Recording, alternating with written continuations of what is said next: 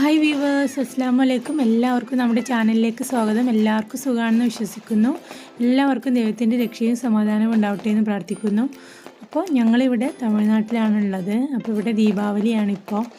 അപ്പോൾ ഞങ്ങൾ കാണാൻ വേണ്ടിയിട്ട് ദീപാവലിൻ്റെ അന്ന് രാത്രി പടക്കം പൊട്ടിക്കുന്നതൊക്കെ കാണാൻ വേണ്ടിയിട്ട് ടെറസിന് മുകളിൽ കയറിയതായിരുന്നു. അപ്പോഴൊരു വ്യൂ ആണിത്. അപ്പോൾ നിങ്ങളെ കാണിക്കാമെന്ന് വിചാരിച്ചു. നല്ല രസമായിരുന്നു കേട്ടോ. നമുക്ക് ആകാശത്ത് മൊത്തം ഇതുപോലെയുള്ള വർണ്ണ കാഴ്ചകൾ നല്ല രസമായിരുന്നു. അപ്പോൾ നമുക്ക് റെസിപ്പിയിലേക്ക് പോവാം. അപ്പോൾ ഇന്ന് ഞാൻ ഉണ്ടാക്കാൻ ഉദ്ദേശിക്കുന്നത് ഒരു പൊരിച്ച പത്തിരിയാണ്. ദീപാവലിക്കപ്പോൾ സ്വീറ്റായിരുന്നു വിചാരിച്ചിരുന്നത്, പക്ഷേ അത് പറ്റിയില്ല. അപ്പോൾ ഞാൻ പൊരിച്ച പത്തിരിയാണ് ഉണ്ടാക്കുന്നത്. അപ്പോൾ രാവിലത്തെ ബ്രേക്ക്ഫാസ്റ്റിനാണ് ഉണ്ടാക്കുന്നത്. അപ്പോൾ നല്ല ടേസ്റ്റുമാണ്. ഉള്ളിൽ നല്ല സോഫ്റ്റും പുറമെ നല്ല ക്രിസ്പി ആയിട്ടുള്ള ഒരു പൊരിച്ച പത്തിരിയാണിത്. തീർച്ചയായിട്ടും എല്ലാവരും ട്രൈ ചെയ്ത് നോക്കണം. അപ്പോൾ ഇതിന് വേണ്ടിയിട്ട് 2 കപ്പ് അരിപ്പൊടിയും 1 കപ്പ് മൈദയുമാണ് എടുത്തിട്ടുള്ളത്. ഇതിലേക്ക് നല്ല തിളച്ച വെള്ളം നമ്മൾ ആ ചൂടോടുകൂടി തന്നെ ഒഴിച്ചു കൊടുക്കണം. എന്നിട്ട് നന്നായിട്ടൊന്ന് മിക്സ് ചെയ്ത് കൊടുക്കുക. നമുക്ക് കുഴക്കാനുള്ള ഒരു പാകത്തിന് നമ്മൾ വെള്ളം ഒഴിച്ച് കൊടുത്തിട്ട് നന്നായിട്ട് മിക്സ് ചെയ്ത് കൊടുക്കുക.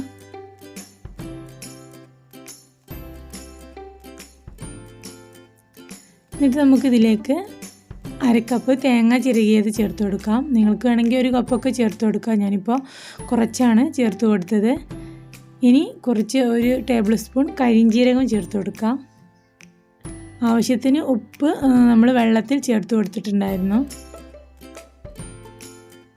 ഇത് നന്നായിട്ടൊന്ന് മിക്സ് ചെയ്ത് കൊടുത്തിട്ട് നമ്മളിത് ചെറിയ ചൂടോടുകൂടി തന്നെ ഒന്ന് കുഴച്ചെടുക്കുക.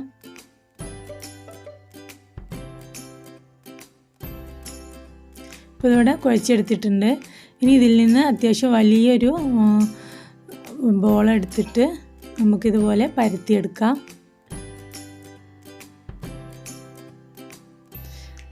അത്യാവശ്യം കട്ടിയിൽ പരത്തിയെടുത്തിട്ട് ഈ ഒരു കനത്തിൽ നമ്മളിത് ചെയ്തെടുക്കണം. ഇതുപോലൊരു ബോട്ടിലിൻ്റെ മൂടി എടുത്തിട്ട് ഇതുപോലെ ചെയ്തെടുക്കുക. ഞാനിപ്പോൾ മുഴുവനായിട്ടും ചെയ്തെടുത്തിട്ടുണ്ട്.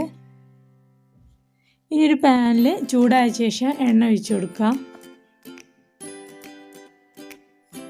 അപ്പോൾ എണ്ണ നന്നായിട്ട് ചൂടായി വരുമ്പോൾ നമുക്കിതിലേക്ക് നമ്മുടെ പത്തിരി ഇട്ട് കൊടുക്കാം. സൈഡൊക്കെ ഒന്ന് മൊരിഞ്ഞ് വരുമ്പോൾ നമ്മളിത് തിരിച്ചും മറിച്ചൊക്കെ ഇട്ട് കൊടുത്തിട്ട് വേവിച്ചെടുക്കാം. നല്ല ബ്രൗൺ കളർ ആകുമ്പോൾ നമുക്കിത് കോരിയെടുക്കാം.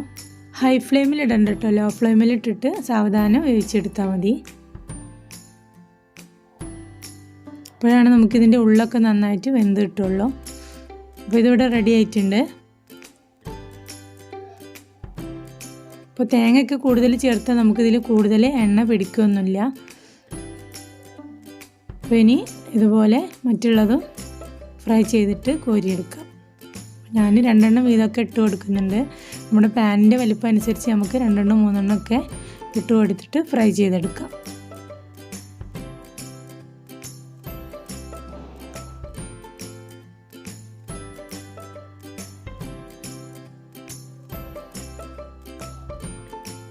അപ്പോൾ ഞാൻ മുഴുവനായിട്ടും ഫ്രൈ ചെയ്തെടുത്തിട്ടുണ്ട്. അപ്പോൾ നമ്മുടെ വളരെ ടേസ്റ്റിയും അതുപോലെ തന്നെ വളരെ സിമ്പിളും ആയിട്ടുള്ള പൊരിച്ച പത്തിരി ഇവിടെ റെഡി ആയിട്ടുണ്ട്. ബ്രേക്ക്ഫാസ്റ്റിനും ഈവനിങ് സ്നാക്കൊക്കെ ആയിട്ട് നമുക്കിത് ചെയ്തെടുക്കാം. ഇത് അങ്ങനെ കഴിക്കാനും നല്ല ടേസ്റ്റാണ്. പിന്നെ ചിക്കൻ കറി, കടലക്കറി ഇവയുടെ കൂടെയൊക്കെ നല്ല കോമ്പിനേഷനാണ്. തീർച്ചയായിട്ടും എല്ലാവരും ട്രൈ ചെയ്ത് നോക്കണം. വീഡിയോ ഇഷ്ടമായിട്ടുണ്ടെങ്കിൽ ലൈക്ക് ചെയ്യാനും ഷെയർ ചെയ്യാനും സബ്സ്ക്രൈബ് ചെയ്യാനും മറക്കരുത്. അപ്പോൾ അടുത്ത് തന്നെ നല്ലൊരു വീഡിയോയുമായിട്ട് കാണുന്നത് വരെ ബൈ.